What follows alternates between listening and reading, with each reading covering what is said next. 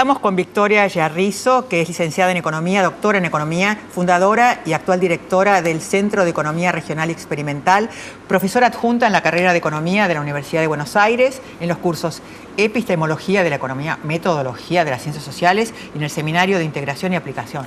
¡Wow! ¡Qué rico! Todo eso, así como lo ves. Bueno, muchas gracias por estar acá. No, al contrario. Hay una pregunta que quiero hacerte de algo que habías estudiado y que están investigando, y es ¿por qué pagan los que pagan y por qué evaden los que evaden? Que me pareció un lindo punto para empezar. Bueno, ese es un proyecto de investigación que estamos haciendo en la facultad, en la UBA, y lo que comenzamos a armar es una especie de mapa de moral tributaria en la Argentina. O sea, porque una pregunta que uno siempre se hace en países con elevados niveles de evasión es, ¿la evasión ocurre porque no hay moral tributaria o a pesar de la moral tributaria? Entonces, a partir de eso, la idea era determinar esto, por qué paga el que pague, por qué evade el que evade. Y llegamos a resultados muy interesantes, y que además te dan cuenta un poco de a dónde hay que focalizar las políticas para combatir la evasión. Por ejemplo, si uno quisiera dividir la sociedad argentina, podrías encontrar 3 segmentos en cuanto a moral tributaria. A ver. Un 20% de la población, un poquito más, un 25-26% de la población que no tiene moral tributaria, o sea, que es gente para la cual evadir no es algo malo, o sea, es totalmente, no tiene ningún valor en relación a eso, ya sea porque desconoce lo que significa el sistema tributario, a dónde van los impuestos, o porque realmente no lo valoriza como algo malo. Después tenés un 17-18% de la población que tiene una moral tributaria débil, o sea, eso significa que le parece que es más o menos incorrecto evadir, o sea, pero no siente culpa de evadir, o sea, sabe que con lo cual la disponibilidad de recursos es muy lábil a eso, en cuanto le faltan 2 pesos no pago. No paga, tal cual. ¿Cuánto era el porcentaje del primer grupo? 25-26%. ¿Y de este segundo? 17%. Pero después, y ahí vamos al porcentaje más interesante, tenés casi un 60% de la población, un poquito menos, que tiene moral tributaria fuerte. O sea, hay gente que sabe que no pagar es malo, que está mal, que hay que pagar, conoce la lógica del sistema tributario, sabe que el Estado recauda y distribuye, o sea que tiene un conocimiento. Y ahí aparece el caso más curioso, porque nosotros estudiamos esto a través de estudios de campo y experimentos económicos, o sea, una especie de, lo que se llama economía experimental, donde uno reúne personas y la hace de alguna manera jugar para ver cómo se comporta. Entonces, había un juego que hacíamos donde a esta gente de moral tributaria fuerte le dábamos la posibilidad de ahorrarse dinero evadiendo, o sea, entonces iba a comprar algo y tenía la posibilidad de pagar todo con el ticket, o ahorrarse 15 pesos sin el ticket. Y la mitad de la gente elegía ahorrarse 15 pesos y no llevar el ticket. Entonces nosotros ahí descubrimos lo que le pusimos moralistas evasores. O sea, hay gente que en realidad tienen moral tributaria. Saben lo que está pasando. Saben, pero si vos le das el incentivo económico, evaden.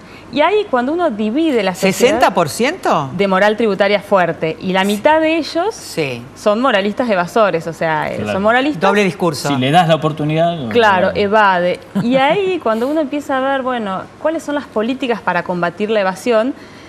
Claro, por ejemplo, en los segmentos de moral tributaria que no tienen moral tributaria es fundamental el tema de la educación tributaria. Y en esto la FIP había avanzado muchísimo. Hace unos años habían hecho un programa de educación tributaria que era buenísimo, que iban a las escuelas, estaban en la ciudad de los niños en La Plata, porque realmente te das cuenta que vos tenés un 25% de la población que es fea la palabra que voy a decir, pero una especie de ignorante tributario, o sea, no tiene conocimiento del sistema tributario. Y ahí hay que llegar con la educación.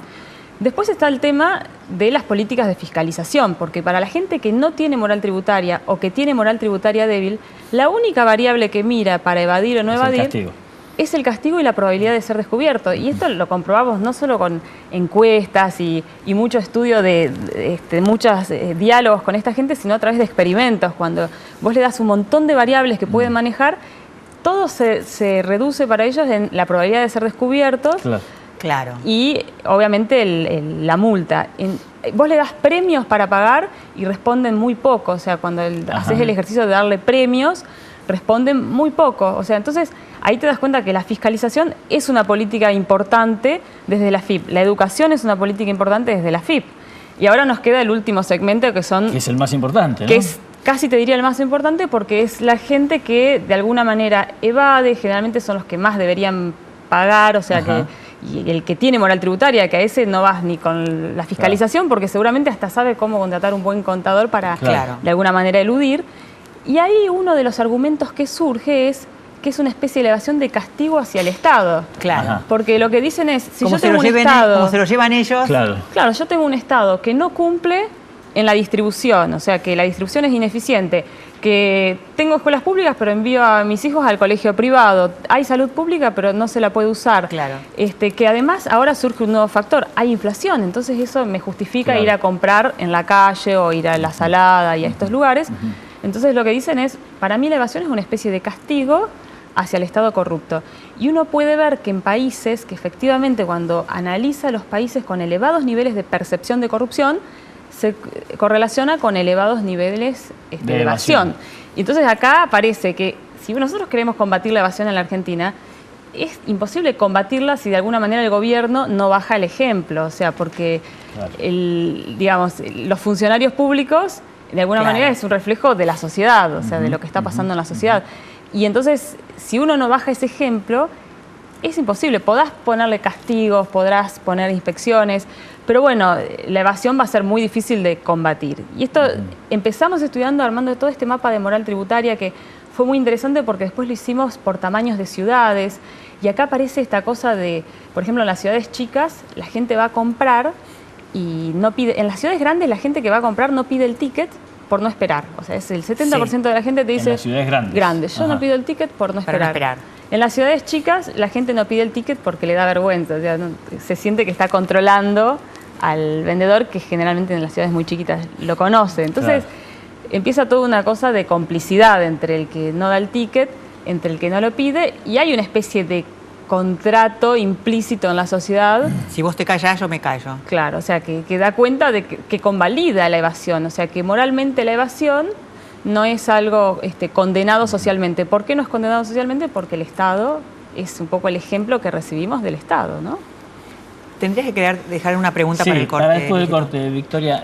Otro de los temas que ustedes estudian mucho es esto de la economía del bienestar o la sensación de bienestar o de malestar en la sociedad, más allá incluso del tema económico en sí. Me gustaría que nos contaras tu último informe, que creo que habla de un mejoramiento de esa categoría, pero en la percepción de bienestar por parte de la población, pero con algunos interrogantes al futuro.